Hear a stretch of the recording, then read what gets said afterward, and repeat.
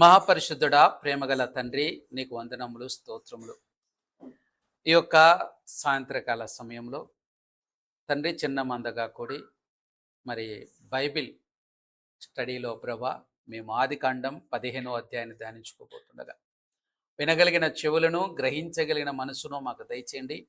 మీ ఆత్మ సహాయమును మాకు అనుగ్రహించమని మా ప్రభువును రక్షకుడైన యేసుక్రీస్తును అడిగి ప్రార్థిస్తున్నాము తండ్రి, ఆమేన్. హల్లెలూయా. మరి గడిచినటువంటి వారం మనం ఆదికాండం 14వ అధ్యాయాన్ని ధ్యానించుకున్నాం. అందులో మనం ముఖ్యంగా గమనించినటువంటి విషయాలు, అబ్రహాం మరి యుద్ధం చేయడం చూసాం. తన ఇంట అలవడినటువంటి 318 మందిని తీసుకొని మరి యుద్ధానికి వెళ్ళాడు. అక్కడ ఆ యుద్ధంలో గెలిచాడు. గెలిచి వస్తున్నప్పుడు మరి మెల్కీసెదెకు మరి వంశావళి లేనివాడు, మరి యాజకు రాజుగా ఉంటున్నాడు. మరి అక్కడ చూస్తే మరి ఆయన వచ్చి మరి రొట్టె ద్రాక్షరసం ఇవ్వడం, మరి యెహోవా వలన నువ్వు ఆశీర్వదింపబడును గాక అని చెప్పడం. అబ్రాహాము గారు ఆ మాటలన్నిటిని కూడా విని తనకు కర్తవ్యం బోధపడింది. నెక్స్ట్ ఏం చేయాలో అర్థమైపోయింది. తర్వాత సొదొమ రాజు వచ్చినప్పుడు మరి వచ్చి అడుగుతాడు, నీ ఇంటాలబడిన 318 మంది ఆ మనుషులు నాకు ఇచ్చే, నీకు డబ్బులు ఇస్తాను, ఆస్తిని ఇస్తాను, నీకు ధనం ఇస్తానంటే అబ్రాహాం గారు అంటారు, ఇదిగో నీ వల్ల నేను మరి గొప్పవాడయ్యానని నేను అనిపించుకోకూడదు. నేను ఆశీర్వదింపబడితే నా దేవుని వల్ల మాత్రమే ఆశీర్వదింపబడాలి అన్నటువంటి మాటను సొదొమరాజుతో చెప్పడం జరుగుతుంది. అందుకని ఇవన్నీ జరిగిన తర్వాత మరి 15వ అధ్యాయం 1వ వచనం అందుకే ప్రారంభమవుతుంది. ఇది జరిగిన తర్వాత యెహోవా వాక్యము అబ్రహామునకు దర్శనమందు వచ్చి, అబ్రామా భయపడకము, నేను నీకు కేడము, నీ బహుమానం అత్యధికమగునని చెప్పాను. ఈ యొక్క 15వ అధ్యాయాన్ని మనం గమనించినట్లయితే మొదటి నుంచి 6 వచనాలు దేవుని వాగ్దానాన్ని చూస్తున్నాం, అబ్రాహాం విశ్వాసాన్ని చూస్తున్నాం. 7 నుండి 11 వచనాలు మనం గమనిస్తే దేశం గురించినటువంటి వాగ్దానం, నిబంధనకు సిద్ధపాటు. ఇక 12 నుంచి 16 వచనాలు చూస్తే భవిష్యత్తు గురించి దేవుడు చేస్తున్న ప్రకటనను, ఐగుప్తు సంబంధించినటువంటి మరి ఆ యొక్క బానిసకు వెళ్ళడం, విడుదలవ్వడం, ఇవన్నీ కూడా 12, 16 వచనాల్లో చెప్తూ ఉంటున్నాడు. 17 నుండి 21 వచనాల్లో దేవుని నిబంధన, వాగ్దాన దేశం గురించినటువంటి ప్రవచనాలు అన్నీ కూడా మనం 17, 21 వచనాల్లో మనం చూస్తూ ఉంటున్నాం. ఇది మరి ఆదికాండం 15వ అధ్యాయంలో ఉన్నటువంటి మొత్తం. అయితే ఈ యొక్క అధ్యాయంలో మరి మొట్టమొదటిగా వచనాన్ని మనం చూసినప్పుడు ఇక్కడ యెహోవా వాక్యం అబ్రహామునకు దర్శనమందు వచ్చి, దర్శనం అనగా బైబిల్లో సుమారుగా 100 సార్లు ఉన్నటువంటి పదం మొట్టమొదటిసారిగా ఇక్కడ మనం చూస్తూ ఉంటున్నాం. హెబ్రూలో ఈ పదానికి చూడటం, తేరి చూడటం అనేటువంటి అర్థాలు వస్తాయి. దేవుడు తన ప్రవక్తలకు అనేక దర్శనాల ద్వారా మరి భవిష్యత్ కాలపు సంగతులను వెల్లడించినట్టు మనం చూస్తాం. కొన్నిసార్లు కళల ద్వారా, మరి కొన్నిసార్లు ప్రవక్తల మేలుకొని ఉండగానే పరవశమైన స్థితిలో వెళ్ళడం ద్వారా ఈ దర్శనాలు కలిగినట్టు చూస్తాం. వీరు కొన్నిసార్లు సాంకేతిక రూపకాలన ఆకారాలను, పోలికలను చూస్తూ దేవుడు సంకల్పం వెల్లడిస్తూ మాట్లాడితే వినేవారు. ఇవన్నీ కూడా మనం చూస్తాం. ఇర్మియాకు ఒక దర్శనం, తర్వాత చూస్తే మరి ఏబు గారి కావచ్చు, దానియేలు కావచ్చు, మరి పేతురుకు వచ్చిన దర్శనం కావచ్చు, ఇవన్నీ కూడా కొన్ని దర్శనాలు ఉంటున్నాయి. మరి మరి యేసేపుకు కళల ద్వారా మాట్లాడడం జరిగింది. సో ఇవన్నీ కూడా రకరకాలుగా దేవుడు కళల ద్వారా మాట్లాడడం, దర్శనాల ద్వారా మాట్లాడడం, లేకపోతే పరిస్థితుల ద్వారా మాట్లాడటం అనేటువంటిది మనం చూస్తూ ఉంటున్నాం. అలాగే దేవుడు అబ్రహాముతో ఇక్కడ గమనిస్తే యెహోవా వాక్యము అని అంటున్నాడు. దేవుడు అబ్రహాంతో కేవలం ఒక సాధారణ మాట మాట్లాడలేదు, కానీ ఒక దర్శన సందర్భంలో తన వాక్యానికి అతనికి ప్రత్యక్షపరిచాడు. హెబ్రీలో యెహోవా వాక్యం అనే భావం దేవుడి నుండి వచ్చిన ప్రత్యక్ష సందేశం అనే అర్థం కలిగి ఉంది. అయితే దీని తప్పనిసరిగా యెహోవా వాక్యం అనే ఒక ప్రత్యేక వ్యక్తి అబ్రాహాం కనిపించాడు అని అర్థం చేసుకోవాల్సిన అవసరం లేదు. సందర్భం ప్రధానంగా దేవుడు తన వాక్యాన్ని దర్శనం ద్వారా అబ్రాహాంకు తెలియజేయడం గురించి చెప్తూ ఉంటున్నాడు. దర్శనం ఎందుకు మనం చూసాం. మరి గమనిస్తే 14వ అధ్యాయంలో జరిగినటువంటి సంఘటన మనకు బాగా తెలుసు. అక్కడ ఏం జరిగింది 14వ అధ్యాయంలో ఆ సంఘటనలన్నిటిని బట్టి కూడా మరి దేవుడు అబ్రాహాంకు దర్శనం ఇస్తూ ఉంటున్నాడు. మరి చెప్తూ దర్శనంలో ఏం చెప్తున్నాడో మొట్టమొదటిగా అబ్రామా భయపడకుము అంటున్నాడు. ఎందుకు భయపడకు అని చెప్తుంటున్నాడు? నేను నీకు కేడంగా ఉంటాను అంటున్నాడు. నీ బహుమానం అత్యధిక మగునని చెప్తూ ఉంటున్నాడు. ఎందుకు అని అంటే భయపడకుండా చెప్పడంలో అతని హృదయంలో భయం లేదా భవిష్యత్తు గురించి ఆందోళన ఉండవచ్చు. ఎందుకంటే యుద్ధం చేసి వచ్చాడు, మళ్ళీ రాజులు వస్తే మళ్ళీ యుద్ధం జరిగితే ఇలాంటి మానవులుగా ఉంటున్నారు కాబట్టి సహజంగా భయాలు అనేటివి ఉండవచ్చు. అందుకే దేవుడు ఏం చెప్తుంటున్నాడు? భయపడకము, నేను కేడంగా ఉంటున్నాను అంటే ఏంటి? దేవుడు ముందుగా వాగ్దానం గురించి కాకుండా తన గురించి అబ్రాహాంకు గుర్తు చేస్తూ ఉంటున్నాడు. ఏమని? అబ్రామా, నీ భవిష్యత్తుకు సమాధానం నీ చేతిలో లేదు, నీ రక్షణ, నీ బహుమానం, నీ భవిష్యత్తు నా చేతిలో ఉన్నాయి అని చెప్పడానికే ఇది. అంటే నువ్వు భయపడాల్సిన అవసరం లేదు, నువ్వు నా చేతిలో ఉన్నావు కాబట్టి నువ్వు భయపడాల్సిన అవసరం లేదు అని చెప్తూ ఉంటున్నాడు. అయితే ఇక్కడ గమనించండి, ఇక్కడ 3 విషయాలు మనకు కనిపిస్తాయి మొదటి వచనంలో. ఒకటి యెహోవా వాక్యం, రెండోది దర్శనం, మూడోది వాగ్దానం. యెహోవా వాక్యం దేవుడు మాట్లాడుతున్నాడు, దర్శనం దేవుడు అబ్రహాం ప్రత్యక్ష ఇస్తున్నాడు, మూడవది వాగ్దానం భయపడకు నేను నీకు కేడము అంటున్నాడు. అంటే మనం ఈ యొక్క మొదటి వచనం ద్వారా నేర్చుకోవాల్సిన సత్యం ఏంటంటే, మన పరిస్థితులు మనకు భయాన్ని కలిగించినప్పుడు దేవుడు ముందుగా తన వాక్యాన్ని మనకు గుర్తు చేస్తాడు. అంటే యెహోవా వాక్యం ఎలా అబ్రహాంకు వచ్చిందో, మరి 15వ అధ్యాయం 2-6లో అబ్రహాము దేవుడితో ఎలా మాట్లాడో కలిపి చూస్తే ఈ సంభాషణ ఇంకా లోతుగా మనం అర్థం చేసుకోవచ్చు అన్నమాట. 2-3 వచనాలకి మనం గమనిస్తే ఇక్కడ చూడండి. అందుకు అబ్రాహాం, ప్రభు అయిన యెహోవా నాకేమి ఇచ్చిననేమి, నీ సంతానం లేనివాడనే పోవుచున్నానే, దమస్కు ఎలియాజరే నా ఇంటి ఆస్తికర్తయ్యగును కదా అంటున్నాడు.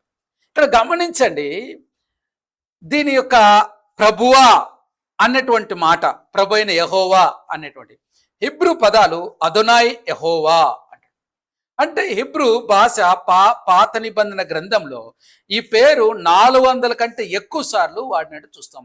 అదోనాయ్ అంటే ప్రభువు, యజమాని, పరిపాలకుడు. అదోనాయ్ భూమి అంతటికి ప్రభు అని, ప్రభువులకు ప్రభు అని. దీనికి గ్రీకు పదం కురియోస్. ఇది కొత్త నిబంధన గ్రంథంలో యేసు ప్రభు కూడా వాడినటువంటి పదం. అంటే అబ్రహాము యెహోవాను తన యజమానిగా అన్నిటికీ ప్రభుగా గుర్తిస్తున్నాడు. తన కుమారుని అనుగ్రహించాల శక్తిమంతుడుగా గుర్తిస్తున్నాడు. ప్రభువా, యెహోవా ప్రభు అంటే నా యజమానుడా, నాకు సంతానం ఇచ్చువాడా, నన్ను ఆశీర్వదించువాడా, నన్ను గొప్ప చేయువాడా అని ఆ యొక్క పదములో ఉన్నటువంటి అర్థం. అయితే ఇక్కడ గమనిస్తే ఏమంటున్నాడు చూడండి, నేను సంతానం లేనివాడనే పోవచ్చున్నానే, దమస్కు ఎలియాజర్ నా ఇంటి ఆస్తికర్తను కదా. మరియు అబ్రాహాం, ఇదిగో నువ్వు నాకు సంతానం ఇయ్యలేదు గనక నా పరివారంలో ఒకరిని వారసుడగునని చెప్పాడు. ఇక్కడ గమనించండి, అబ్రహాముకు సంతానం లేకపోతే తన ఆస్తిని వేరొకరికి దారాదత్తం చేయడం కన్నా అతనికి ఇంకా వేరే పరిస్థితి లేదు. ఏం చేస్తాడు? అప్పుడు ఎవరికైనా సంతానం లేకపోతే వారి ఇంట్లో ఉన్నటువంటి దాసుడు యజమానుడిగా నెక్స్ట్ ఆ ఆస్తికి వారసుడు అవుతారు అనేటువంటిది ఉంది. అయితే ఇక్కడ చూస్తే దేవుడు తనకు గొప్ప వాగ్దానం చేశాడు, కానీ వాగ్దానం నెరవేరుతున్నట్లు అబ్రహాం గారికి కనిపించడం లేదు. అందుకే అబ్రహాం తనకున్న ప్రస్తుత పరిస్థితిని దేవుని ముందు ఉంచుతున్నాడు. ఎందుకు ఉంచుతున్నాడు? 14వ అధ్యాయంలో జరిగిన యుద్ధాలను బట్టి చూస్తే, ఒకవేళ యుద్ధమే జరిగితే ఏంటి పరిస్థితి, మళ్ళీ యుద్ధాలు వస్తే ఒకవేళ నేను పోతే, ఇలాంటి భయాలు కూడా రావచ్చు. అందుకే అబ్రహాం తన పరిస్థితిని దేవుని ముందు ఉంచుతూ ఉన్నాడు. ఇక్కడ మనం నేర్చుకోవాల్సిన విషయం ఏంటంటే, విశ్వాసం అంటే మన హృదయంలో మనకున్న అనుమానాలను అలాగే దాచుకోవడం కాదు, కానీ వాటిని దేవుని దగ్గర తీసుకెళ్ళి నివృత్తి చేసుకోవాలి. నీకు అనుమానం వచ్చింది, ఏదైనా ఆలోచన వస్తే దాన్ని నీ మనసులో పెట్టుకొని అది అబద్ధమో లేకపోతే ఇంకోలా ఆలోచించొద్దు. దాని గురించి ఏం చేయాలంటే నువ్వు దేవుని దగ్గర విచారిస్తే దానికి తప్పకుండా నీకు దేవుడు జవాబు ఇస్తాడు అనేటువంటిది ఇక్కడ గమనించాలి. గమనించండి. అప్పుడు దేవుడు అబ్రహాం దృష్టిని ఇక్కడ 4-5 వచనాలు చూస్తే యెహోవా వాక్యం అతని వద్దకు వచ్చి, ఇతడు నీకు వారసుడు కాడు, నీ గర్భవాసన పుట్టబోచున్నాడు, నీకు వారసుడుని చెప్పాడు. గమనించండి, ప్రభువా నీవే నా యజమానుడు అన్నాడు. అబ్రహాం తన యొక్క బాధను వ్యక్తపరుస్తున్నాడు. ఏముంటే ఏం లాభం ప్రభా, సంతానం లేదు కదా, నా ఇంటి నెక్స్ట్ ఎలియాజరే కదా, నేను ఎలియాజరు ఉన్నాడులే ప్రభువా అని అంటుంటే దేవుడు అంటున్నాడు, అవునా అబ్రహమ, నా యొక్క శక్తి బలహీనమైంది అనుకుంటున్నావా? ఇంకా నా బాహుబలం తగ్గలేదు, ఎందుకలా ఆలోచిస్తున్నావు? నీకు సంతానం లేదనుకుంటున్నావా? ఒకసారి బయటికి రా అన్నాడు. ఆకాశం వైపు చూడు, లెక్కబెట్టు నక్షత్రాలు, 1 2 3 4 5 6 10 ఉండొచ్చు ప్రభా, 20 కాదు 30 కాదు ప్రభా, లెక్క పెట్టలేకపోతున్నాను అన్నాడు. దేవుడు వెంటనే ఏమన్నాడు చూడండి, ఏమన్నాడు? నక్షత్రం లెక్కించుటని చేతనైతే లెక్కించుమని చెప్పి నీ సంతానం అలాగునని చెప్పాడు. చూడండి, ఇక్కడ దేవుడు చెప్తూ ఉంటున్నాడు, నువ్వు సంతానం లేదు అని ఎందుకు అనుకుంటున్నావు? సరే, నీకు ఆలోచన వచ్చింది, నీకు అనుమానం, నీ వాగ్దానం చేశాను, నీకు సంతానం ఇస్తానని చెప్పినప్పటికీ కూడా నీలో అనుమానం ఉంది కదా, సరే నేను ఇవ్వలే నీకని దేవుడు వెనక్కి వెళ్ళలేదు. వెంటనే ఏమంటున్నాడు తెలుసా? భయపడద్దు నువ్వు. కొన్నిసార్లు మనకు విశ్వాసంలో ఉంటాం, మనం వాగ్దానం పట్టుకొని ముందుకెళ్తూ ఉంటాం. కొన్ని పరిస్థితులు ఎలా ఉంటాయి, వ్యతిరేక పరిస్థితులు వచ్చినప్పుడు ఆ వాగ్దాన్ని నమ్మలేని పరిస్థితి అయిపోతుంది. దేవుని వాక్యం అంటుంది, ఇదిగో నీకు సంపూర్ణ విడుదల ఉంది అంటుంది. కానీ నీ పరిస్థితి ఎలా ఉంటుందో, వ్యతిరేక పరిస్థితులు అన్నీ ఉంటాయి. దాని కారణంగా ఏమైతే నీలో భయం కలుగుతుంది, అబ్బా ఇది జరుగుతుందా, ఎందుకు వచ్చిన గొడవలేదో వారు వీళ్ళు ఇలా అనుకొని నీ ఆలోచన వెళుతూ ఉంటావు. అయితే దేవుడు అంటున్నాడు ఇక్కడ, దేవుడు రోషం కలిగిన దేవుడు, నెరవేర్చేవాడు ఆయన కదా, వాగ్దానం నెరవేర్చేవాడు ఆయన కదా. అందుకేమంటున్నాడు, అయితే అబ్రహం బయటికి రా ఒకసారి. అసలుకు ఎలియాజరు ఎలా అవుతాడు? నీ ఆలోచన మార్చుకోవాలి. ఎలియాజరు ఎలా అవుతాడు? నువ్వు ఎవరి మీద ఆధారపడుతున్నావు? నా మీద కదా ఆధారపడాలి. భయపడద్దు, నీ గర్భంలో నుండే వస్తాడు వారసుడు. ఎక్కడి నుంచో ఎక్కడో దిక్కులు చూడద్దు. వాళ్ళు అనుకోకు, నా చిన్న ఆయన కొడుకు, మా అన్న కొడుకు, మా తమ్ముని కొడుకు, వీళ్ళు కాదు వారసులు. నీ వారసుడు అంటే నీలో నుండే వస్తాడు. ఇచ్చువాడు నేను కదా, గర్భఫలం నేనిచ్చు బహుమానం కదా. నువ్వెందుకు అలా ఆలోచిస్తున్నావు? భయపడవద్దు అబ్రహమ, ఇదిగో చూడు నక్షత్రం లెక్కబెట్టు, నీకు సాధ్యం కావట్లేదు కదా, నీ సంతానం అలా విస్తరింపజేస్తాను అన్నాడు. ఒక చిన్న డౌట్, చిన్న ఆలోచన వచ్చింది అబ్రహాం గారికి. దేవుడు భవిష్యత్తు చెప్పేస్తున్నాడు. రోషం కలిగిన దేవుడు. అందుకే మన జీవితంలో ఏదైనా సరే అనుమానం వచ్చిందా, ఇది ఎలా జరుగుతుంది అని అనిపించింది, దేవుని అడగడంలో తప్పు లేదు. కానీ అనుమానం పెట్టుకొని విశ్వాసంలో కొనసాగుతున్నట్టు నటిస్తే మాత్రమే ప్రమాదం. అలా ఉండద్దు. దేవుని వాక్యాన్ని నువ్వు నమ్మాలి. డౌట్ వచ్చిందా, ఆ డౌట్ నివృత్తి చేసుకొని ముందు కదలాలి తప్ప అక్కడే ఉండవద్దు, గుడ్డిగా వెళ్ళొద్దు అనేటువంటిదే ఇక్కడ చెప్తున్నాడు.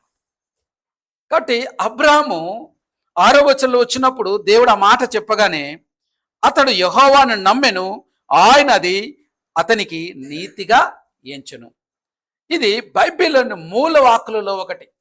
కొత్త నిబంధన గ్రంథంలో 3 పుస్తకాలలో ఇది తిరిగి రాయబడినటువంటి మాట. రోమిలికి రాసిన పత్రిక 4వ వచనం, 9వ వచనం, 22వ వచనం. అలాగే గలతీలకు రాసిన పత్రిక 3వ అధ్యాయం 6వ వచనం. అలాగే యాకోబు రాసిన పత్రిక 2వ అధ్యాయం 23లో మరి ఈ యొక్క మాట ఉంటుంది. దేవుడు అబ్రహాంకు భక్తి కారణంగా కానీ, దేవుని పిలుపుకు అతడు చూపిన విధేయత కారణంగా కానీ, లేక అతడి నమ్మకాన్ని బట్టే అతను నిర్దోషిగా ఎంచాడు. గమనించండి, ఇక్కడ అబ్రహాం గారు విధేయత చూపాడు కాబట్టి అంటే నీతిమంతుడుగా ఎంచట్లేదు. ఇక్కడ మనం అర్థం చేసుకోవాల్సింది ఏంటంటే, విశ్వాసం ఉంచాడు కాబట్టి, విశ్వాసానికి క్రియరూపం విధేయత. విశ్వాసానికి క్రియరూపం విధేయత. ఫస్ట్ ఏం చేశాడు? నమ్మాడు. నమ్మగానే దాన్ని దేవుడు నీతిగా ఎంచాడు. క్రియ కాదు, ముందు విశ్వాసం, తర్వాత క్రియ. నువ్వు క్రియ చేస్తే నీతిమంతుడుగా అనలేదు, నువ్వు విశ్వాసం ఉంచితే నువ్వు నీతిమంతుడివి అంటున్నాడు. మరి విశ్వాసం ఉంచితే క్రియ ఆటోమేటిక్గా చేసేస్తావు. ఇది దేవుడు చెప్తున్నటువంటి. ఎందుకంటే మనుషులు మనల్ని మనవులుగా పవిత్రత లేదా పరిశుద్ధతలోకి మార్చుకోలేం. కాబట్టి దేవుడే మనం మార్చాలి. దేవుడే మన స్వభావాన్ని మార్చాలి. అందుకే దేవుడే తన ఆత్మను మన యందు ఉంచి తన ఆజ్ఞలను కట్టను గైకొన్నవరుగా ఆయన చేస్తాడు. ఎప్పుడు? నువ్వు విశ్వాసంలో ఉంటే, నువ్వు విశ్వాసం ఉంచితే ఆటోమేటిక్గా ఆయన ఆజ్ఞలు కట్టలు గైకొన్నవారుగా ఆయనే చేస్తానంటున్నాడు. గమనించండి, ఏ ఒక్కరు కూడా తమ సొంత క్రియలను బట్టి దేవుని ఎదుట ప్రభా నేను నీతి కార్యాలు చేశానని నిలబడలేరు. ఎందుకంటే యెషయా గ్రంథం 64:6 కావచ్చు, ఇర్మీయా గ్రంథం 13 కానీ 23 కావచ్చు, రోమ 3:10-12 కావచ్చు, లేదా 19 వచనం కావచ్చు. ఏం చెప్తుంది? మన క్రియలన్నీ మురికి గుడలే, పనికిరానివి అని చెప్తుంది. దేవుడిపై విశ్వాసం ఉంచి ఆయన వాగ్దానాలను విశ్వసిస్తే మన నమ్మకాన్ని దేవుడు నీతిగా పరిగణిస్తాడు. అంటే మనం నమ్మితేనే నీకు రక్షణ. అందుకనే రోమిలికి రాసిన పత్రిక మనం గమనిస్తే రక్షణ ఎలా వస్తుంది? హృదయమందు విశ్వాసం ఉంచి నోటితో నువ్వు ఒప్పుకుంటే ఏమని? యేసు క్రీస్తు ప్రభు నా పాపల నిమిత్తమై మరణించాడు, ఆయన నా పాపల నిమిత్తం రక్తం కార్చాడు, ఆయన చనిపోయాడు, 3వ దినాన తిరిగి లేచాడని నీ హృదయమందు విశ్వాసం ఉంచి నువ్వు నోటితో పలికి దాని సాక్ష్యంగా నీటిముల తీసుకున్నప్పుడు నీ రక్షణ వస్తుంది. అంటే నమ్మకం లేకుండా రక్షణ లేదు. కాబట్టి దేవుడు అబ్రహామును చేసినట్టు మనల్ని కూడా తగిన వారుగా ఆయన చేస్తాడు. అంటే అబ్రహామును నీతిమంతునిగా చేసింది, విశ్వసించేలా చేసింది దేవుడే అనేటువంటిది మనం గుర్తుపెట్టుకోవాలి. గమనించండి, ఇక్కడ అబ్రహాం ఏమంటాడు? నమ్మెను. ఎప్పుడు నమ్మాడు? వాగ్దానం ఇవ్వగానే నమ్మాడు. నమ్మడం అంటే అర్థం ఏంటి? ఇక జరిగిపోయింది అని. ఇక్కడ చూడండి, వాగ్దానం ఇంకా కనిపించలేదు, అసలు ఇస్సాకే పుట్టలేదు, కానీ దేవుడు చెప్పినందుకు అబ్రహాం నమ్మాడు.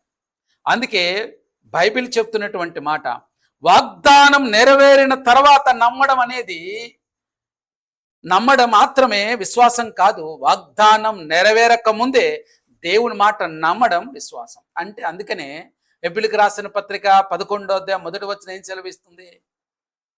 విశ్వాసం అనగా అదృశ్య రూపములో ఏవైతే ఉన్నాయో, ఏదైతే దేవునికి తెలియపరిచాడో ఆ అదృశ్య రూపంలో ఉన్నాయి ఇప్పటికీ, కానీ ఎప్పుడైతే అవి ఉన్నాయని నువ్వు నమ్ముతావో విశ్వాసం అనేది నిరీక్షింపబడు వాటి యొక్క నిజ స్వరూపమును అదృశ్యమైనవి ఉన్నవన్నట్టుకు రుజువై ఉన్నది. ఏంటి అంట? అదృశ్య రూపంలో ఉన్నాయి అనటానికి రుజువు అంట. అంటే నువ్వు ఏదైతే పొందుకుంటావో ఆ ఫలాన్ని నేను పొందుకోగలనా? అవును ప్రభా, నువ్వు నాకు ఆస్తిని ఇస్తానన్నావు, లేకపోతే నా సంతానాన్ని ఇస్తాను. రుజువేంటి? నీ విశ్వాసం. నువ్వు ఎంత విశ్వాసం పెట్టుకుంటావో అంత నీకు రుజువు కనిపిస్తే అదే రుజువు అని అంటాడు. కాబట్టి ఈ ఆదికాండం 15వ అధ్యాయం 1-6 వచనాలు చెప్తుంటే దేవుని వాక్యం, అబ్రహాము ప్రశ్న, దేవుని వాగ్దానం, విశ్వాసం, నీతిగా ఎంచబడడం, ఇది ఒక క్రమాన్ని మనం ఈ మొదటి 6 వచనాల్లో చూస్తాం. అయితే 7వ వచనానికి వచ్చినప్పుడు మరియు ఆయన ఏమంటున్నాడు, నీవు ఈ దేశమును స్వతంత్రించుకున్నట్లు దాన్ని నీకు ఇచ్చుటకు కల్దీల ఊరిన పట్టణ నుండి నిన్ను యువతలకు తీసుకొని వచ్చిన యెహోవాను నేనే అని చెప్పినప్పుడు, ఇది జ్ఞాపకం చేస్తా ఉంటున్నాడు. ఎందుకు జ్ఞాపకం చేస్తా ఉంటున్నాడు? ఎందుకు గతాన్ని గుర్తు చేస్తున్నాడు? నేను నీతో ఇప్పుడు మాట్లాడుతున్న దేవుణ్ణే కాదు, నేను ఊరైన పట్టణం నుండి కూడా ఆ ప్రాంతం నుంచి కూడా తీసుకుని వచ్చిన దేవుడు నేనే, ఆ దేవుడు నేనే అని చెప్తుంటున్నాడు. అంటే ఏంటి? దేవుడు గతంలో చేసినటువంటి కార్యాలను గుర్తు చేయడం ద్వారా భవిష్యత్తు వాగ్దానంపై అబ్రాహాం విశ్వాసాన్ని బలపరుస్తున్నాడు. అందుకనే గుర్తుపెట్టుకోండి, ఎవరికైనా సరే మీకు విశ్వాసం కొదవబడినప్పుడు, మీకు విశ్వాసం సన్నగిలినప్పుడు ఏం చేయాలంట? గతంలో దేవుడు చేసిన కార్యాలను జ్ఞాపకం చేసుకుని ఆయనకు స్తుతులు చెల్లించాలి. దానివల్ల ఏమవుతుంది? ధైర్యం కలుగుతుంది. అంతేకాని జరుగుతున్న పరిస్థితులను తలుచుకుంటూ భయపడుతూ రాబోయేటటువంటి ఆశీర్వాదాన్ని పోగొట్టుకోకుండా, రాబోతున్న ఆశీర్వాదాన్ని దక్కించుకోవడానికి జరుగుతున్న పరిస్థితులను పక్కన పెట్టి జరిగినటువంటి కార్యాలను, దేవుని కార్యాలను జ్ఞాపకం చేసుకున్నప్పుడు నీకు ధైర్యం కలుగుతుంది, నీ విశ్వాసం పెరుగుతుంది. ఇది జరగట్లేదా? ఇది జరగట్లేదు ప్రభా, ఇది జరగట్లేదు అని అన్నాడు. దేవుని దగ్గరకు వచ్చి సనగడం కొనడం కాదు, కానీ గతంలో చేసిన, అవును ప్రభా పలానా రోజు నాకు చేసావు కదా, లేదు వాక్యాలు ఉన్నాయి, వాక్యాలు పెట్టుకోడు. అవును ప్రభా నువ్వు గతంలో ఈ కార్యములు చేసావు కదా తండ్రి, ఇన్ని గొప్ప కార్యాలు చేశావు. ఇశ్రాయేలు ప్రజను ఐగుప్తు దేశం నుంచి విడిపించిన వాడు నీవే, 10 తెగుల నుంచి విడిపించిన వాడు నీవే, ఎర్ర సముద్రం 2 పాయలుగా చేల్చి నడిపించిన వాడు నీవే, యోర్దాను నదిని 6 నేలగా చేసి నడిపించిన వాడు నీవే తండ్రి. ఆ లక్షల మందికి ఆ తండ్రి తినడానికి అడవులు ఏమీ దొరక్కపోతే మన్నాను ఆకాశం నుండి దేవదూతలు తినేటువంటి ఆహారాన్ని మన్నాను కురిపించిన వాడు, బండ నుంచి నీళ్ళు ఇచ్చినట్టు, ఇలా దేవుణ్ణి స్తుతిస్తూ వాటి జ్ఞాపకం చేసుకుని ఏం కలుగుతుంది? మనకు ధైర్యం కలుగుతుంది, విశ్వాసం పెరుగుతుంది. విశ్వాసం పెరుగుతూ నువ్వు ఎప్పుడైతే నీ నోటితో ఆ విశ్వాస మాటలు పలుకుతూ ఉంటావో, ఆ పలుకుతున్న మాటలు నీవే నీ చెవుల ద్వారా విని నీ హృదయంలోకి తీసుకో, అప్పుడు దేవుడు ఖచ్చితంగా నీకు విశ్వాసాన్ని బలపరుస్తాడు. కాబట్టి మన భవిష్యత్తు గురించి భయం వచ్చినప్పుడు దేవుడు గతంలో చేసిన కార్యాలను గుర్తు చేసుకోవడం మన విశ్వాసాన్ని బలపరుస్తుంది. నిన్న నడిపించిన దేవుడు రేపు కూడా నడిపిస్తాడనేటువంటి ధైర్యం నీకు కలుగుతుంది. ఇక 8వ వచనాన్ని మనం చూసుకున్నప్పుడు, అతడు ప్రభువైన యెహోవా నేను దీన్ని స్వతంత్రించుకున్నదని నాకెట్లు తెలియను అంటాడు. ఇక్కడ ఒక విషయం గమనించాలి. 6వ వచనంలో ఏమన్నాడు? అతడు యెహోవాను నమ్మేనని ఉంది. మరి 8వ వచనం వచ్చినప్పుడు దాన్ని ఎలా పొందుకుంటానని అంటున్నాడు. నేను దానిని పొందుతానని ఎలా తెలుసుకుంటాను ప్రభా? నేను స్వతంత్రించుకుంటాను నాకెట్లు తెలుస్తుంది అని అడుగుతున్నాడు. అంటే అర్థం ఏంటి? నీకు విశ్వాసం ఉన్నంత మాత్రాన ప్రశ్నలు రావని కాదు, డౌట్లు అడగద్దని కాదు. నీకు విశ్వాసం ఉన్నప్పటికీ కూడా నీకేమైనా చిన్న చిన్న ఆలోచనలు, అనుమానాలు, ఎందుకంటే అపవాది అన్నవాడు ఏం చేస్తాడు? ఆలోచనలు పెడతా ఉంటాడు. అది ఎట్లయితుంది, ఇది ఎట్లయితుంది, అది జరగదు కదా, ఎక్కడ చెప్తుంది, ఎవరికైనా చరిత్రలు జరిగినట్టుందా అని చెప్తూ ఉంటుంది. నాకున్న అప్పుడు పరిస్థితిలో మా అన్నకు 2 కిడ్నీ ఫెయిల్, బ్రెయిన్ స్ట్రోక్ వచ్చినప్పుడు డయాలసిస్ జరగాల్సిందే, డాక్టర్ జీవితాంతం జరగాల్సిందే డయాలసిస్ అన్న. ఇది ఆగదంటే ఆగదు కదా, నెక్స్ట్ ట్రాన్స్ప్లాంటేషన్కి వెళ్ళాలి అని అన్న. కానీ దేవుని వాక్యం నాతో మాట్లాడినప్పుడు నా దేవునికి సమస్తము సాధ్యమే, ఎదుగో డయాలసిస్ ఆపగలడు, నూతన కిడ్నీలు ఇవ్వగలడు అని దేవుడు చెప్పినప్పుడు ఆ మాట నమ్మాను. నమ్మినప్పుడు కరెక్ట్ 6 నెలల తర్వాత అదే డాక్టర్ ఇతను డయాలసిస్ అవసరం లేదు అని చెప్పడం జరిగింది. అంటే మరి ఒకప్పుడు చెప్పిన వారు ఎందుకు? వారికి ఉన్న జ్ఞానాన్ని బట్టి వారంతా చెప్పారు. కానీ దేవుని జ్ఞానం ఏంటి?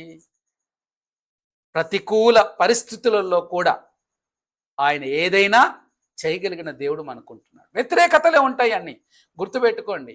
ఏది అసాధ్యమో, పరిస్థితులన్నీ అనుకూలంగా లేవు అంటే అర్థం ఏంటంటే దేవుని మీద ఆధారపడు, నువ్వు ఖచ్చితంగా పొందుకుంటావని అర్థం. దేవుడే అసాధ్యాలుగా చేసేస్తాడు, నీ కంటికి అసాధ్యాలుగా కనిపించేలా చేస్తాడు. ఎందుకంటే అప్పుడన్నా దేవునికి మీద ఆధారపడతావు అని.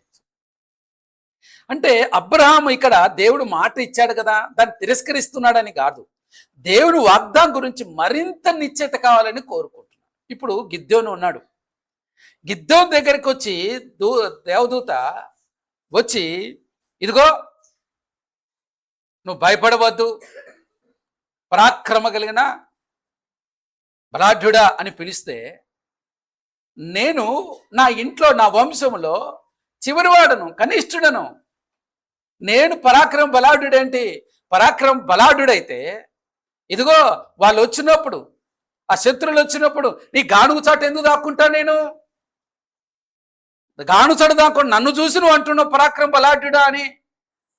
అంటే అవును, నువ్వు పరాక్రమ బలాఢ్యుడివే, ఇస్రా ప్రజలు నడిపించడానికి దేవుడు నిన్నే ఎన్నుకున్నాడు అని చెప్పిన. మరి నేను ఎట్లా తెలుసుకోవాలి, ఎట్లా నమ్మాలి? అయితే నాకు నమ్మకం కలగడానికి నేను కొన్ని సూచనలు అడుగుతున్నాను అంట. అక్కడ కూడా దేవుడు గిద్యోనును నువ్వు ఇలా అడగద్దు నన్ను అని అన్నాడా? అనలేదు. ఓకే, ఇక డౌట్ వచ్చింది కదా, అలాగే నివృత్తి చేశాడు. నికోదేము యేసు ప్రభు దగ్గరికి వచ్చాడు. అయ్యా, నువ్వు నీటి మూలంగా ఆత్మూలంగా జన్మించే దాని గురించి చెప్పావు, మరి నేను మళ్ళీ నా తల్లి గర్భంలో వెళ్ళి ఎలా పుడతాను, ఇది ఎలా అవుతుంది అని అంటే, మరి అధికారిగా ఉన్నావు, సమాజ మందిరంలో ఒక అధికారిగా ఉన్నావు, నీకు తెలియదా? సరే చెప్తాను చూడు అని చెప్పి, మరి నీటి మూలమును ఆత్మలను బాప్తిసం అనగా ఏమిటో చాలా చక్కగా వివరించినప్పుడు నికోదేము జ్ఞానం పొందుకున్నాడు. అంటే మనకు డౌట్ వచ్చినప్పుడు అడగడంలో తప్పు లేదు, కానీ ఆ అనుమానాల మనసులోనే పెట్టుకొని అలాగే వండిపోతే నీవు అవిశ్వాసాలకు వెళ్ళిపోయే ప్రమాదం. దాని ముందు నివృత్తి చేసుకుంటూ విశ్వాసంలో ముందుకు వెళ్ళిపోతావు. ఎందుకంటే నెక్స్ట్ స్టెప్ ఏంటి? అపవాది ఏమంటాడు? అబ్రాహాము గారు అడగలేదనుకో, ఆయన ఏదో చెప్పాడు, నీ శరీరం చూస్తే ఇట్లుంది, నీ భార్య శరీరం ఇట్లుంది, ఎట్లా నమ్ముతావు నువ్వు, రుజువేంటి దానికి అని అన్నాడు అనుకో. అందుకే ముందే తెలిసేసుకున్నాడు. అంటే దేవుడు అబ్రాహాముకు నీకు కొడుకునిస్తాను అని చెప్పగానే, చెప్పిన తర్వాత చూడండి ఇక్కడ, మరియు ఆయన నువ్వు దేశమును స్వతంత్రించుకున్నట్లు దాన్ని కిచ్చుటకు కల్దీల ఊరును పట్లుండి నీ ఉత్తరకు తీసుకొని వచ్చిన యెహోవా నేనని చెప్పినప్పుడు అతడు ప్రభుని యెహోవా నేను దీన్ని స్వతంత్రించుకున్న నాకెట్లు తెలియనుగా. ఆయన ఏం చేస్తున్నాడు చూడండి, ఏం చేస్తున్నాడు? మూడేళ్ల పెయ్యను, 3 ఏళ్ల మేకను, 3 ఏళ్ల పొట్టెలను, ఒక తెల్ల గువ్వను, ఒక పావురొప్పిలను నా ఎద్దుకు తెమ్మని అతనితో చెప్పాను. అతడు అవన్నీ తీసుకొని వాటి నడుమునకు ఖండించి దేని ఖండమును దాని ఖండమును ఎదురుగా ఉంచెను. పక్షులను అతడు ఖండింపలేదు. సో గద్దలు ఆ కలేబును వాలినప్పుడు అబ్రాం వాటిని తోలివేశాడు. ఇక్కడ గమనించండి, అబ్రాం వాటిని తీసుకొని వచ్చి పెద్ద జంతువుల మధ్యలో విభజించాడు. ఇది ఆ కాలంలో నిబంధన చేసుకునే విధానంతో సంబంధం కలిగి ఉంది. అంటే ఏంటి? దేవుడు ఇప్పుడు కేవలం మాటతో వాగ్దానం చేయడం కాకుండా నిబంధన ద్వారా తన వాగ్దాన్ని ధృవీకరించబోతూ ఉన్నాడు. ఏ విధంగానంటే గమనించండి, ఆ రోజుల్లో మనుషుల మధ్య ఒక నిబంధన జరగాలి అని అంటే, మనుషుల మధ్య ఒక నిబంధన అంటే ఇది ఖచ్చితంగా అబ్బా ఇదిగో ఒక ప్రామిసరీ నోట్ లాంటిది, ఒక ప్రామిసరీ నోట్ లాంటిది అనమాట. నేను గ్యారెంటీ ఏంటి? ఇదిగో నోట్ రాస్తున్నా, చెక్కు రాసిస్తున్నా అన్నింటి. దేవుడు ఏం చెప్తున్నా అబ్రహాం గారితో అంటే, నువ్వు 3 ఏళ్ళ పెయ్యను తీసుకురా, మేకను తీసుకురా, ఇవన్నీ తీసుకొని వచ్చి ఇలా చేయి అన్నప్పుడు, అంటే అలా వాటిని ఖండించి అలా పెట్టినప్పుడు గద్దలు వాలకుండా ఆయన చేస్తూ ఉంటున్నాడు. ఈ లోపల ఆయనకి ఏమైంది? నిద్ర వచ్చింది. అవునా? గద్దలు ఆ కలేబరి మీద వాలినప్పుడు అబ్రాం వాటిని తోలివేశాడు. ప్రొద్దుగుంకపోయినప్పుడు అబ్రాంకు గాఢ నిద్ర పట్టింది. భయంకరమైన కటిక చీకటి అతన్ని కమ్మగా. చూడండి, భయంకరమైన కటిక చీకటి కమ్మిందట. అంటే ఏంటి? ఏం చెప్పబోతున్నాడు? అబ్రాం గారి సంతానం జీవితంలో చీకటి రోజులు రాబోతున్నాయి. అంటే దేవుడు ఏం చెప్పబోతున్నాడంటే, అబ్రామా నువ్వు అడిగావు కదా, నువ్వు అన్నావు కదా, నా ఇంట్లో పన్నోడే నా ఆస్తికి వారసుడు అవుతాడు కదా అన్నావు కదా, విను నేనేం చెప్పబోతున్నాను. నీ కొడుకే కాదు, ఇంకా రాబోతున్నటువంటి భవిష్యత్ కాలం గురించి కూడా నేను చెప్తాను చూడు అని చెప్పడం ప్రారంభించాడు. దానికి రుజువేంటి? ఇదిగో ఈ పట్టణంలో, ఈ ప్రాంతంలో ఒక నిబంధనకు గుర్తు ఏంటి అంటే, వాటిని ఖండించినప్పుడు వాటి మధ్యలో ఏంటి, అవి కాలుతున్న మధ్యలో నడవాలంట అటు ఇటు. అది నిబంధనకు గుర్తుగా ఉన్నటువంటిది అన్నమాట. అంటే మనం ఇక్కడ గమనించినప్పుడు మీకు చెప్తాను అండి.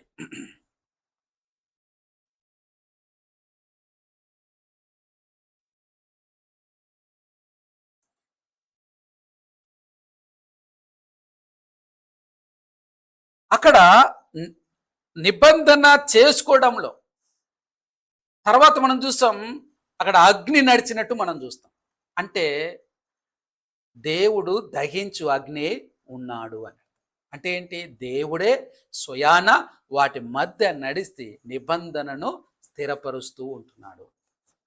ఆరు మనుషులు అలా నడిస్తే ఇదివా ఒప్పందం, మనకు ఇది ఒక ఒప్పందం అబ్బా అన్నట్టుగా. కానీ దేవుడే ఏమని ఒప్పందం చేస్తూ ఉంటున్నాడు? తన వాగ్దానం గురించి, అబ్రహాం యొక్క వాగ్దానం నిబంధన చేస్తున్నాడు. ఇదిగో నీకు సంతానం ఇస్తాను, అంతేకాదు చెప్తాను చూడు అని చెప్పి నీ సంతానం ఏమవుతుందని చెప్తున్నాడు చూడండి. నీ సంతతి వారు తమది కాని పరదేశమందు నివసించి ఆ దేశపు వారికి దాసులుగా నుందురు. సమయం చెప్తున్నాడు చూడండి. ఆయన ఏం చెప్తాడు? వాగ్దానం గురించి ఎప్పుడు నెరవేరుతుంది అన్నావు కదా, నీ టైం కూడా చెప్తున్నాను చూడు. ఏమని చెప్తున్నాడు చూడండి. 400 ఏళ్ళు వీరిని శ్రమ పెట్టుదురు. 400 సంవత్సరాలు నీ సంతతి వారు ఎలా ఉంటారంట? మీ సంతతి తమది కాని పరదేశం, ఈ దేశము నీ సంతానానికి ఇస్తున్నాను, కానీ నీ సంతతి వారు పరదేశకు వెళ్తారు, అంటే ఐగుప్తు దేశానికి వెళ్తారు. అక్కడ బానిసగా ఉంటారు. 2 ఏళ్ళు 400 సంవత్సరాలు ఉంటారు అని చెప్తున్నాడు. ఎప్పుడు అబ్రాము, ఎప్పుడు సంతానం, ఎప్పుడు జరగబోతున్న సంగతి చెప్తాను. నువ్వు ఇప్పటి గురించి ఆలోచిస్తున్నావు, నేను నీ కోసం దీర్ఘకాలిక ప్రణాళిక వేసి ఉంచాను అబ్రామా అంటున్నాడు.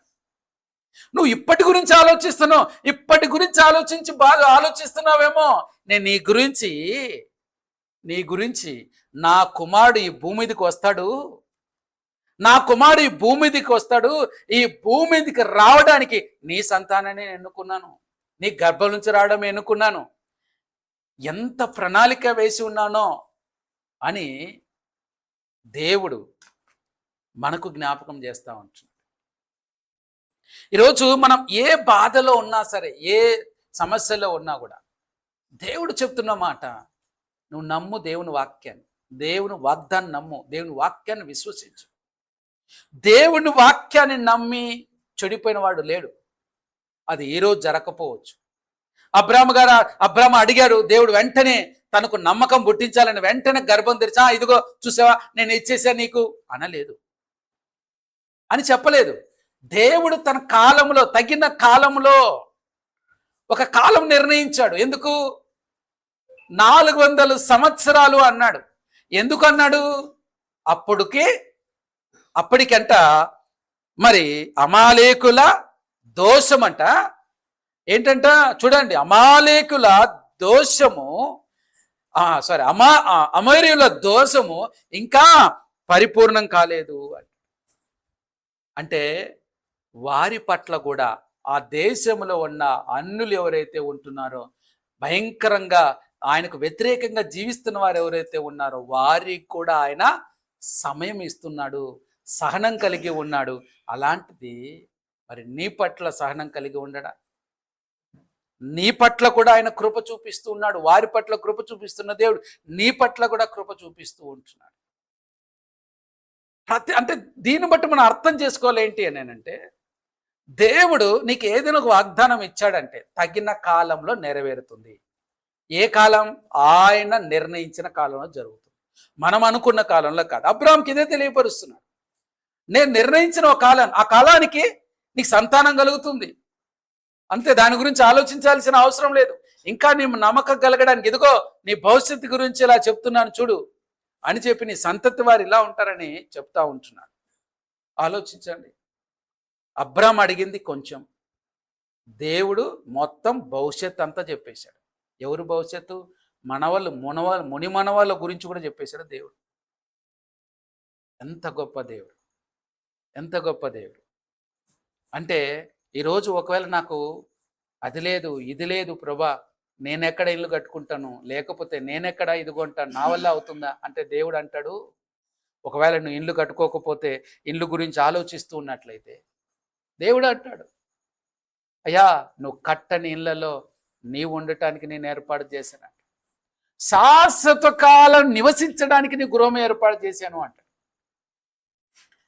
అయ్యా నా ఇంట్లో ఒక్క పూట కూడా తినడానికి కష్టంగా ఉంది అంటే దేవుడు అంటాడు, ఇదిగో సమృద్ధి సమృద్ధి, సారపాత విధవరాలి ఇంట్లో ఏ విధంగా సమృద్ధిని ఇచ్చానో నీ ఇంట్లో కూడా సమృద్ధిని ఇస్తాను, నువ్వు నమ్మితే చాలు అంటాడు. ఏదైనా సరే నువ్వు కొంచెమే ఆ గురించి ఆలోచిస్తున్నామో, లేదు దేవుడు నీ భవిష్యత్తు గురించి అందుకే ఆలస్యం చేస్తున్నాడని గుర్తుపెట్టుకో. దేవుడు ఇప్పటి గురించి ఆలోచించట్లా, ఏదో నీకు సంతానం ఇచ్చేసి, ఏదో నీకు ఇల్లు ఇచ్చేసి, ఏదో నీకు ఇది ఇచ్చేసి ఇప్పుడు చేతులు దులుపుకుందామనే దేవుడు కాదు మన దేవుడు. రాబోయే తరాల గురించినటువంటి గొప్ప ప్రణాళిక వేశాడు కాబట్టి ఆలస్యం చేస్తున్నాడు అనేది గుర్తుపెట్టుకోవాలి. అంటే మనం దేవునికి ప్రత్యేకమైనటువంటి వారం అనేటువంటిది గుర్తుపెట్టుకోవాలి. అర్థమవుతుందా? ఆ 17వ వచనంలో చూస్తే, మరియు ప్రొద్దుగుంకి కటిక చీకటి పడినప్పుడు రాజుచున్న పొయ్యి అగ్ని జ్వాలయు కనబడి ఆ ఖండముల మధ్య నడిచిపోయాను. ఎవరు నడిచారు? దేవుడే, దేవుడే నడిచాడు. నడిచి చెప్తుంటున్నాడు, ఇదిగో ఇక్కడ ఈ విధంగా మనుషులు నడిస్తే వారి మధ్య ఒక ఒప్పందం, నీకు నాకు ఒప్పందం, ఇదిగో ఒప్పందం అంటున్నాడు అని చెప్తూ ఉంటున్నాడు. ఆ దినమందే యెహోవా ఐగుప్తు నది మొదలుగున గొప్ప నదైన యూఫ్రటీస్ నది వరకు ఈ దేశం అనగా కెనీయులను, కనిజ్యులను, కద్మోనీలను, హిత్తీయులను, పెరిజ్జులను, రిఫాయులను, అమోరీలను, కనానీయులను, గిర్గాయసులను, ఎబీసులను నీ సంతానమునకు ఇచ్చి ఉన్నానని అబ్రాముతో నిబంధన చేశాను. ఇస్తాను కాదు, ఇచ్చేసి ఆల్రెడీ అంటున్నాడు. అబ్రాముతో ఏమంటున్నాడు? అబ్రాము అడిగింది ఏంటి?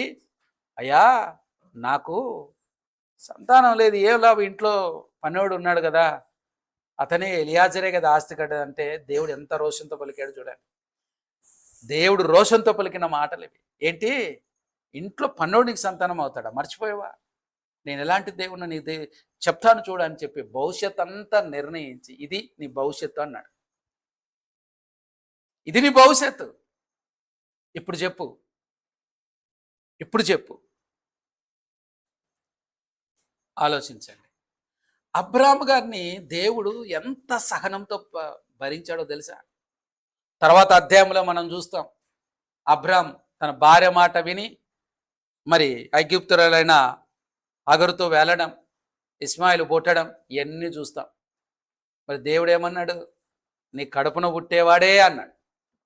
అనగానే అపవాది వెంటనే వేరే ఆలోచనలు తీసుకొని వచ్చిన దేవుడు మౌనంగా ఉన్నాడు. ఎందుకంటే ఆయన ప్రణాళిక వేరు, సంతానాన్ని విస్తరింపజేస్తానన్నాడు. ఈరోజు ప్రపంచమంతా గమనించిన ముస్లిమ్స్ కానీ, క్రైస్తవులు కానీ, యూదులు కానీ, వీరంతా ఎవరు సంతానం? అబ్రాహాము సంతానమే. అబ్రాహాము సంతానమే. అంటే దేవుడు ఒక మాట సెలవిస్తే అక్షరం పొల్లు పోకుండా జరిగి తీరాల్సిందే. కాబట్టి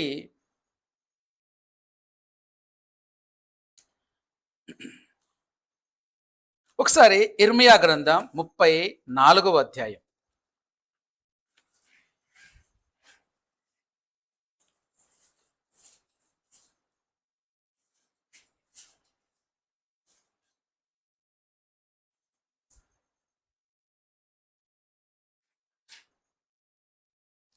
ఇక్కడ చూడండి 18, 19 వచనాల్లో ఈ ఒడంబడిక గురించి ఎలా చేసుకునేవారో రాయబడింది చూడండి. మరియు నా సన్నిధిని తాము చేసే నిబంధన మాట నెరవేర్చక దాన్ని అతిక్రమించు వారిని తాము 2 భాగముల కోసి వాటి మధ్య నడిచిన దూడతో సమానులుగా చేయుచున్నాను అంటాడు. అనగా యూద అధిపతులను, యెరూషలేము అధిపతులను, రాజ పరివారముల వారిని, యాజకులను, దేశ జనులందరినీ, ఆ దూడ యొక్క 2 భాగముల మధ్య నడిచిన వారందరినీ ఆ దూడతో సమానులుగా చేయుచున్నాను అని అంటాడు. ఇక్కడ దేవుడే తానే అగ్నితో వారి మధ్య నడిచాడు అనటానికి మరి మంటలు దేవుని గుర్తుగా ఉన్న విషయం గురించి మనం నిర్గమకాండ 3:2 మోసేకి ఎలా కనపడతాడు దేవుడు? అగ్నిగా, పొదలో మండుచున్న అగ్నిలా కనపడతాడు. సో ఇవన్నీ కూడా దేవుడే, అది నడిచింది దేవుడే అనటానికి నిదర్శనం. కాబట్టి ఈ యొక్క అధ్యాయం అంతా కూడా మనం గమనించినప్పుడు ఆదికాండం 19:21 దేశపు సరిహద్దులు చెప్తా ఉంటున్నాడు. కెనీలు, ఇక్కడ కనిజీయులు, కద్మోనీలు, హిత్తీలు, పెరిజ్జీయులు, రెఫాయిములు, అమోరీయులు, వీళ్ళందరూ కూడా, అంటే ఇది దేవుని యొక్క వాగ్దానం కేవలం సాధారణ ఆశీర్వాదం కాదని చూపిస్తుంది. దేవుడు నిర్దిష్టమైన ప్రజలకు, నిర్దిష్టమైన దేశం గురించి నిర్దిష్టమైన వాగ్దానం చేస్తూ ఉంటున్నాడు. చూసారా? రాజ్యాలు చెప్తున్నాడు, సమయం చెప్తున్నాడు, పరిస్థితులు చెప్తున్నాడు, ఎప్పుడు జరుగుతాయి, ఎలా జరుగుతాయి అన్నీ కూడా దేవుడు బయలుపరుస్తాడు. అన్నిటిని కూడా దేవుడు బయలుపరుస్తాడు. కాబట్టి దేని గురించి కూడా చింతించద్దు. దేవుడు ఒక వాగ్దానం ఇచ్చాడంటే ఖచ్చితంగా నెరవేర్చి తీరుతాడు. నీకు ఏదైనా ఆలోచన ఉందా? దేవుని అడుగు, దేవుడు ఖచ్చితంగా నివృత్తి చేస్తాడు. దాని గురించి నువ్వు ఆలోచించాల్సిన అవసరం లేదు. దేవుడు కొద్ది వాక్యమును దీవించునుగా.